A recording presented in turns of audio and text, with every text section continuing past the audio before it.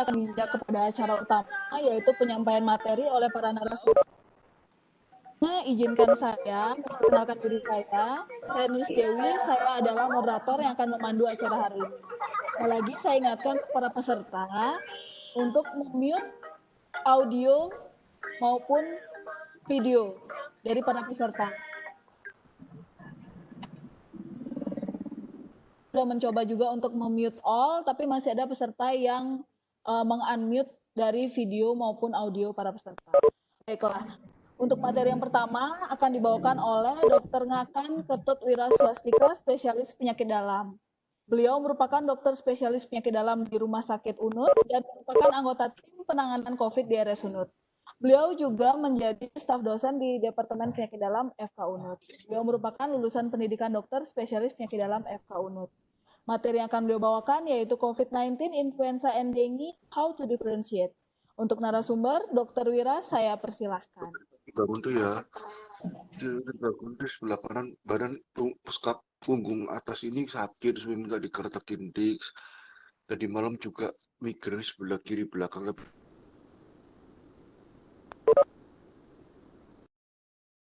Tes. Tes. Sudah? Sudah?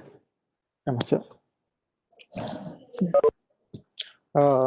Selamat pagi, rekan-rekan sejawat dokter dan perawat dimanapun berada. Pagi ini saya akan menyampaikan topik tentang bagaimana kita membedakan COVID-19, influenza, dan dengue.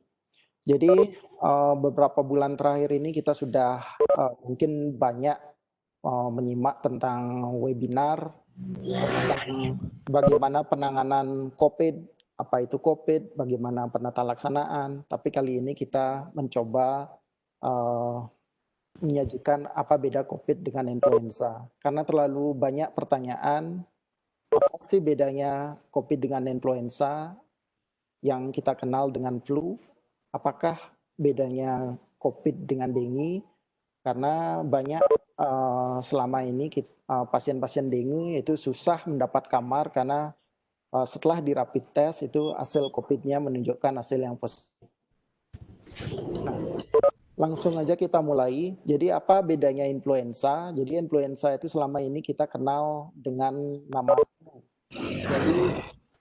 Jadi influenza dan COVID itu jelas disebabkan oleh virus yang berbeda. Kalau COVID disebabkan oleh SARS-CoV-2 dan kalau influenza disebabkan oleh beberapa strain dari influenza virus. Jadi beberapa gejala itu mirip.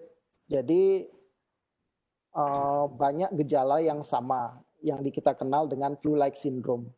Sehingga tes tetap diperlukan untuk membedakan influenza dengan COVID.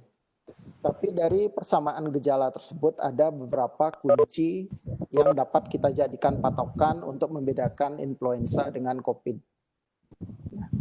Yang pertama adalah gejala. Jadi sekali lagi COVID dan influenza itu memiliki gejala yang sama yang kita kenal dengan flu-like syndrome. Jadi dari yang tanpa bergejala atau asimptomatik dan juga yang bergejala. Jadi gejala pada umumnya sama, yaitu demam, batuk, sesak napas, dan nyeri tenggorokan. Tapi ada gejala yang khas yang dimiliki oleh COVID, yaitu hilangnya atau berubahnya sensasi rasa atau hilangnya sensasi pengecap atau pembauan. Jadi kalau pada influenza, hilangnya atau berkurangnya sensasi pengecap itu biasanya berhubungan dengan derajat obstruksi atau derajat pilek. Semakin berat pilek yang terjadi, jadi semakin berat anosmia atau semakin berat gejala hilangnya pengecapan. Tapi pada COVID itu hilangnya gejala atau anosmia itu bisa terjadi mendadak. Jadi dia terjadi tiba-tiba walaupun penderita tidak mengeluhkan adanya pilek atau tidak mengeluhkan adanya tanda obstruksi dari saluran napas. Jadi pada COVID itu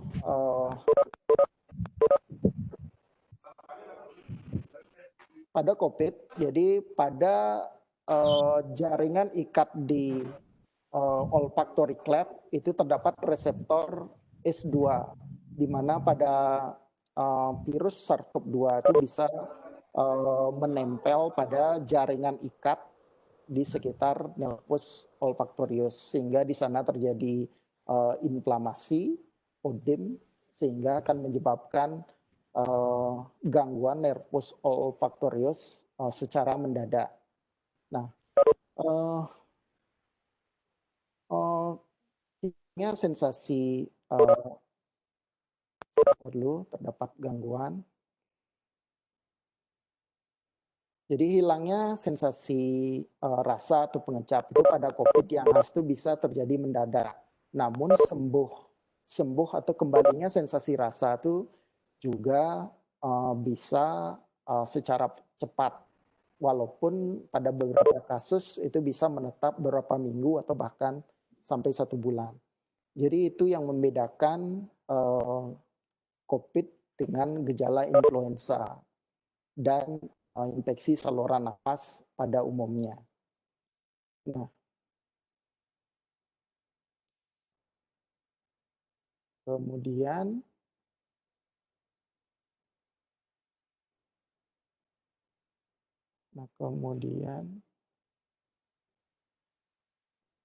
next.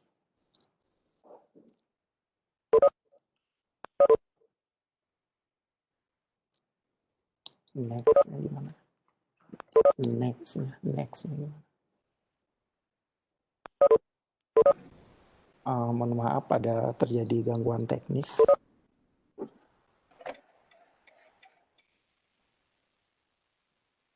Nggak bisa saya pakai PowerPoint saya aja.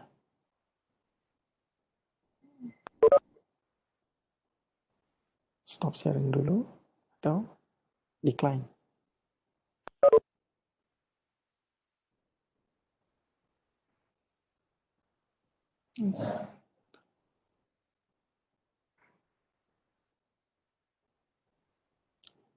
Ya, share biasa aja gimana?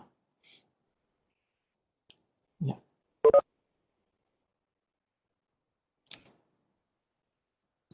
Ya. Jadi mohon maaf ada gangguan teknis. Jadi hilangnya sensasi rasa pasien COVID-19 ini menurut penelitian, jadi dia merupakan, mohon maaf suaranya masih, suara peserta masih masuk. Jadi hilangnya sensasi rasa ini merupakan prediktor yang kuat kalau penderita dengan gejala saluran napas itu merupakan infeksi COVID-19. Jadi hilangnya sensasi rasa menurut penelitian yang saya baca, 70% pasien dengan hilangnya sensasi rasa atau anosmia ditambah dengan gejala yang lain itu sudah dapat merupakan prediktor yang kuat untuk penderita kita suspekkan dengan COVID-19. Nah, kemudian berapa lama masa inkubasi? Nah, pada COVID-19 dan flu itu memiliki persamaan. Jadi dia memiliki masa inkubasi. Jadi setelah tertular dan timbul gejala. Bedanya adalah pada COVID-19 itu memiliki masa inkubasi yang lebih panjang. Pada COVID-19 itu masa inkubasinya rata-rata 5 hari atau rentang waktu 2-14 hari. Jadi bisa sampai 14 hari. Sedangkan pada flu itu masa inkubasinya relatif pendek, yaitu antara 1-14 hari. Ini yang menyebabkan COVID-19 itu susah terdeteksi dan lebih cepat menular. Jadi seandainya pas ada yang menderita flu yang disebabkan oleh Haemophilus influenza, kemudian terjadi kontak, biasanya gejala sudah terjadi 1-4 hari setelahnya. Berbeda dengan COVID yang masa inkubasinya bisa sampai 14 hari atau 2 minggu. Kemudian bagaimana cara menyebarnya? Jadi cara penyebarannya memang sama, atau berapa lama pasien yang terinfeksi dapat menyebarkan. Nah, pada COVID-19 itu dikatakan bahwa pasien yang terinfeksi COVID-19 itu masih dapat menularkan penyakitnya 10 hari sejak dia timbul gejala pertama. Jadi 10 hari sejak timbul gejala pertama itu pasien masih bisa menularkan walaupun pasien itu asimptomatik. Berbeda dengan flu. Jadi gejala flu itu dikatakan paling lama dia masih menularkan itu sekitar 7 hari. Jadi rata-rata pasien flu atau influenza itu dapat menularkan penyakitnya dalam waktu 3 sampai 4 hari. Jadi lebih pendek. Nah, kemudian bagaimana dia menyebar? Memang cara penyebarnya sama, lewat droplet, lewat kontak, atau lewat bersentuhan. Tapi bedanya di sini adalah COVID-19 itu jauh lebih menular atau jauh lebih kontagius. Jadi data CDC di Amerika itu menunjukkan bahwa dalam satu tahun rentang 2018 sampai 2019 itu kematian akibat influenza itu sekitar 50.000 lebih. Tapi akibat COVID ini dalam rentang waktu Maret sampai April itu sudah terjadi kematian lebih dari 100.000. Jadi daya menular virus COVID ini jauh lebih tinggi dari virus influenza dan tingkat kematian juga jauh lebih tinggi.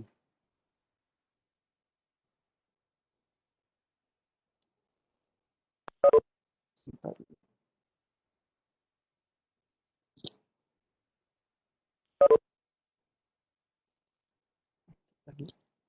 Mohon maaf, ini muncul lagi ininya.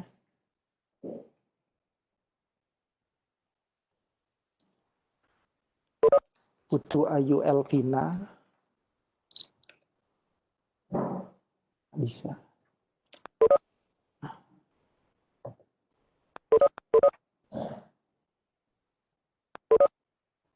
Ya. Ya. Nah, kemudian pasien mana sih yang berisiko? Kalau pada COVID-19 seperti yang kita tahu, jadi yang lebih berisiko menjadi berat itu pada usia yang tua, terutama dengan komorbid. Jadi pasien usia tua dengan komorbid dan pasien hamil. Jadi berbeda dengan flu atau kasus influenza, ya ternyata komplikasi atau gejala yang lebih berat justru lebih banyak terjadi pada anak-anak. Jadi faktor umur di sini sangat penting kita membedakan apakah ini kita berhadapan dengan kasus COVID atau kita berhadapan dengan kasus flu biasa. Nah, selanjutnya komplikasi.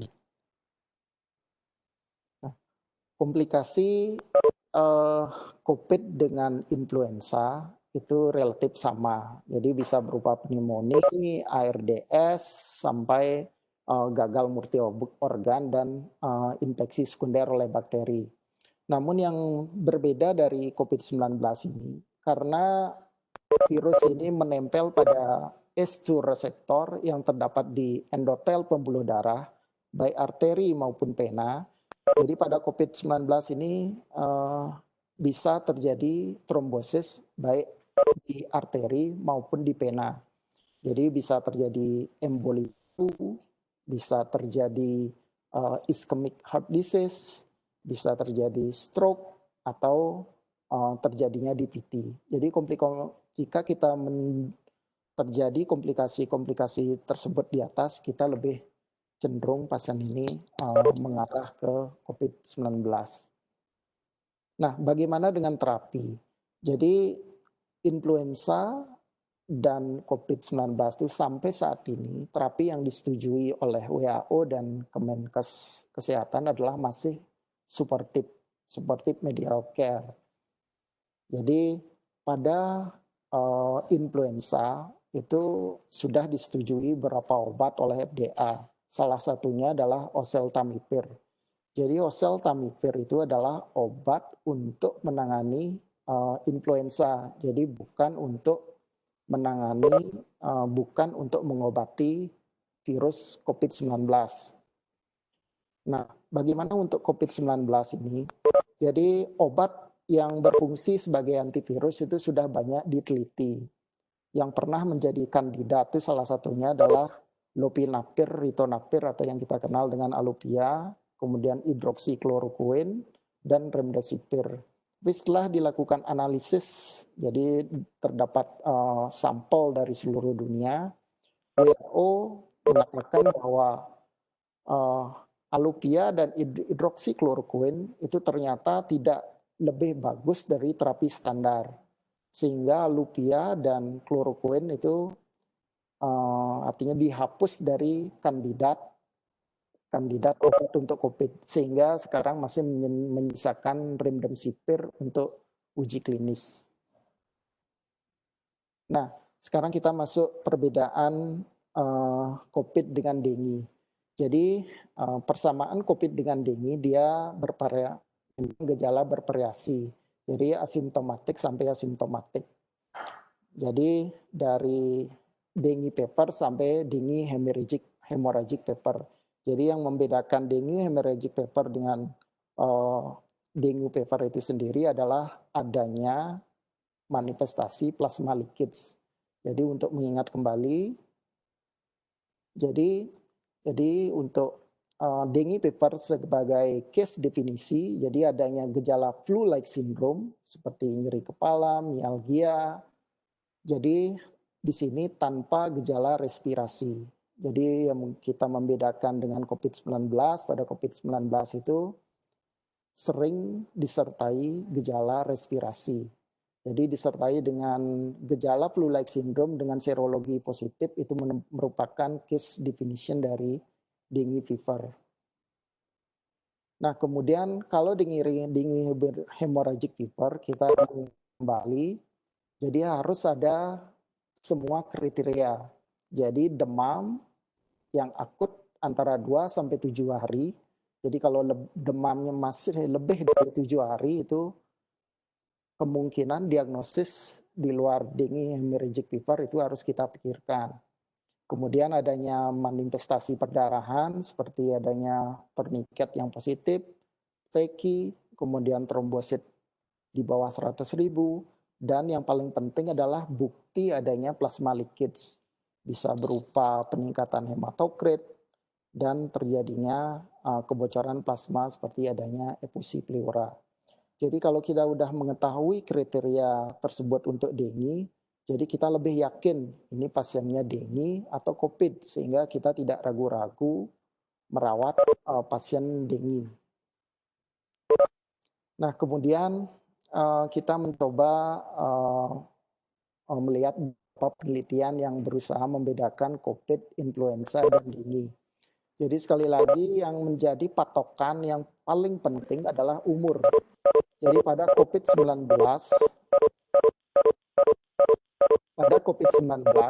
jadi umur lebih tinggi,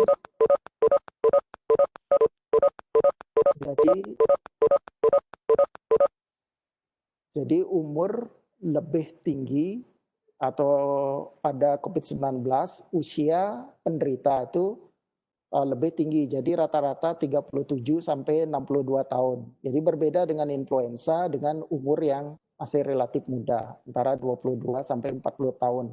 Dan juga dengue. Jadi kalau kita berusaha membedakan, jadi faktor umur merupakan faktor yang penting untuk membedakan ketiga penyakit tersebut. Kemudian adanya comorbid. Jadi pasien COVID-19 yang bergejala, gejala berat itu lebih banyak datang dengan beberapa comorbid. Jadi faktor umur dan comorbid merupakan hal yang sangat penting. Jadi misalnya pasien datang dengan keluhan respirasi, ada demam, trombositopeni, anggap umur di atas 60 tahun, itu kita lebih cenderung memikirkan COVID daripada dengue itu sendiri. Nah, Kemudian dari vital sign memang COVID itu gejala 80% disertai dengan demam. Tapi temperatur COVID dan influenza itu dikatakan lebih tinggi secara signifikan pada influenza. Kemudian yang lain-lain, tensi juga lebih tinggi pada COVID-19. Itu mungkin dengan faktor umur. Jadi karena pada COVID-19 itu apalagi yang bergejala itu lebih banyak pada usia lebih tua. Kemudian oksimetri. Jadi karena COVID-19 merupakan virus yang mengenai dengan gejala respirasi itu saturasi oksigen itu lebih rendah pada COVID-19 dibandingkan dengan dengue. Nah, yang paling penting membedakan itu adalah berdasarkan lab. Jadi kita melihat WBC, jadi kita membedakan dengan dengue. Pada COVID-19 itu WBC cenderung normal, beda dengan dengue. Kalau dengue itu cenderung terjadi leukopeni. Jadi hampir 100% itu leukositnya di bawah 4. Jadi rentang 2 sampai 3. Kemudian yang penting adalah pada dengue itu terjadi hemokonsentrasi. Sehingga kadar hemoglobin dan hematokrit itu lebih tinggi pada dengue. Jadi pada dengue itu rata-rata hemoglobinnya 14 sampai 15 atau 14 sampai 16 dan hematokritnya itu di atas 40 dengan median 44. Kemudian bisa dilihat dari platelet. Jadi pada COVID-19 itu platelet cenderung normal. Ada beberapa kasus yang memang trombositopeni, tapi trombositnya hampir tidak pernah di bawah 50.000. Jadi pada kasus yang berapa kita tangani, jadi trombosit itu masih di atas 90.000. Kemudian kejadian limfopeni juga itu lebih tinggi pada dengue hemorrhagic fever. Kemudian albumin, jadi albumin karena terjadi plasma leakage itu lebih rendah pada pasien dengue. Nah, kemudian yang bisa dijadikan patokan adalah peningkatan SGPT atau ALT. Jadi akibat adanya S reseptor di sel hepatosit, jadi ALT pada pasien COVID-19 itu cenderung tinggi, bahkan pada penderita asimptomatik. Jadi berbeda dengan influenza, jadi cenderung SGOT, SGPT-nya itu normal. Kemudian pada dengue hemorrhagic fever yang tinggi itu adalah SGOT-nya. Mungkin untuk referensi nanti kita sama-sama cari kenapa pada COVID itu yang meningkat SGPT, kemudian pada dengue hemorrhagic fever itu cenderung meningkat AST-nya atau SGOT-nya. Mungkin berhubungan dengan patogenesis, di mana dengue hemorrhagic fever itu penyebabnya adalah iskemik.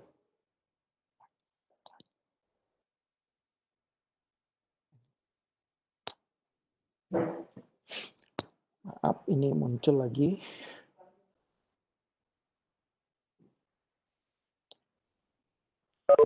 Sebentar, terus muncul ini ya. Tidak bisa. Gimana caranya? Tidak bisa. Dia skip dulu ya. Dia skip dulu ya. Oh, enggak mau. Ya. Nah, kemudian kita melihat data kita sendiri. Jadi kita melakukan penelitian atau melihat data pasien-pasien yang telah dirawat di Rumah Sakit Universitas Udayana. Sering kita memakai neutrophil lymphocyte ratio atau NLR untuk membedakan COVID dengan dengue. Jadi NLR itu kita pakai untuk membedakan apakah pasien itu akan menjadi berat atau tidak. Jadi NLR berbeda secara signifikan pada pasien yang tidak berat dan berat. Jadi NLR itu merupakan marker untuk menilai apakah NLR itu apakah pasien ini akan masuk ke keadaan berat atau tidak. Jadi faktor umur, begitu juga dengan umur. Kemudian yang signifikan di sini adalah limfosit. Jadi limfosit mulai menurun itu pada kasus-kasus berat.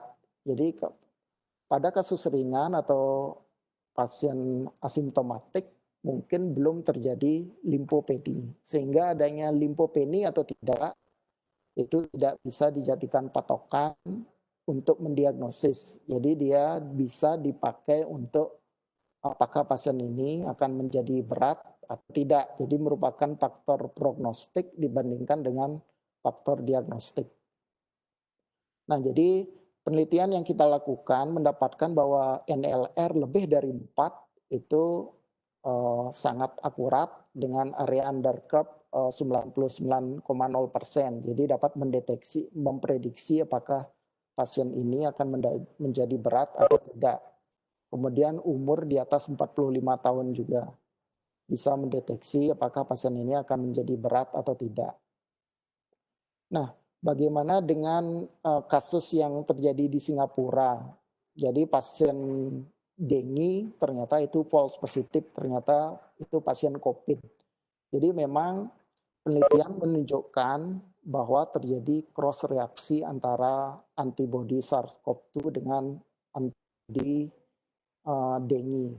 Jadi di kasus di Singapura, pasien COVID itu menunjukkan hasil positif terhadap antigen, maksudnya pada rapid test untuk dengue. Nah, sekarang dibalik, apakah pasien dengue itu apakah menunjukkan hasil positif pada pasien COVID? Nah, ternyata 13 sampel serum dengue, jadi 13 sampel serum yang sudah disimpan pada tahun 2017 itu, jadi belum ada kasus COVID, serum dengue-nya itu disimpan, kemudian dites untuk COVID. Ternyata dari 13 pasien, 5 pasien itu positif COVID. Jadi memang terjadi cross reaksi. Jadi COVID bisa positif IgM, IgG, dengue ya. Begitu juga sebaliknya. Pasien dengue bisa juga positif serologi COVID-19-nya. Nah, dari sana dapat disimpulkan beberapa kesimpulan. Jadi, jika kita menggunakan rapid test yang berbasis antibodi pada daerah atau pada negara yang di mana COVID dan dengue itu koeksisten, itu akan memberikan hasil yang false positif.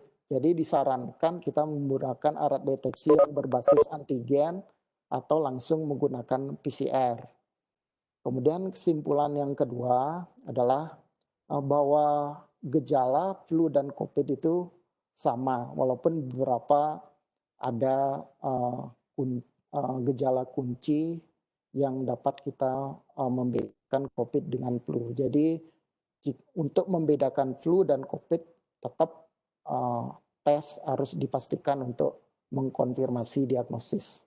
Oke, terima kasih. Mungkin itu yang saya dapat sampaikan. Nanti kita lanjutkan pada sesi diskusi. Terima kasih.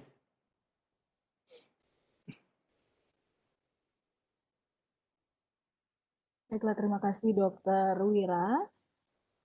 Kita lanjutkan untuk materi yang kedua yang akan dibawakan oleh Dr. Ayu Setiorini Mestika Mayangsari, MSc, spesialis anak, konsultan respirologi.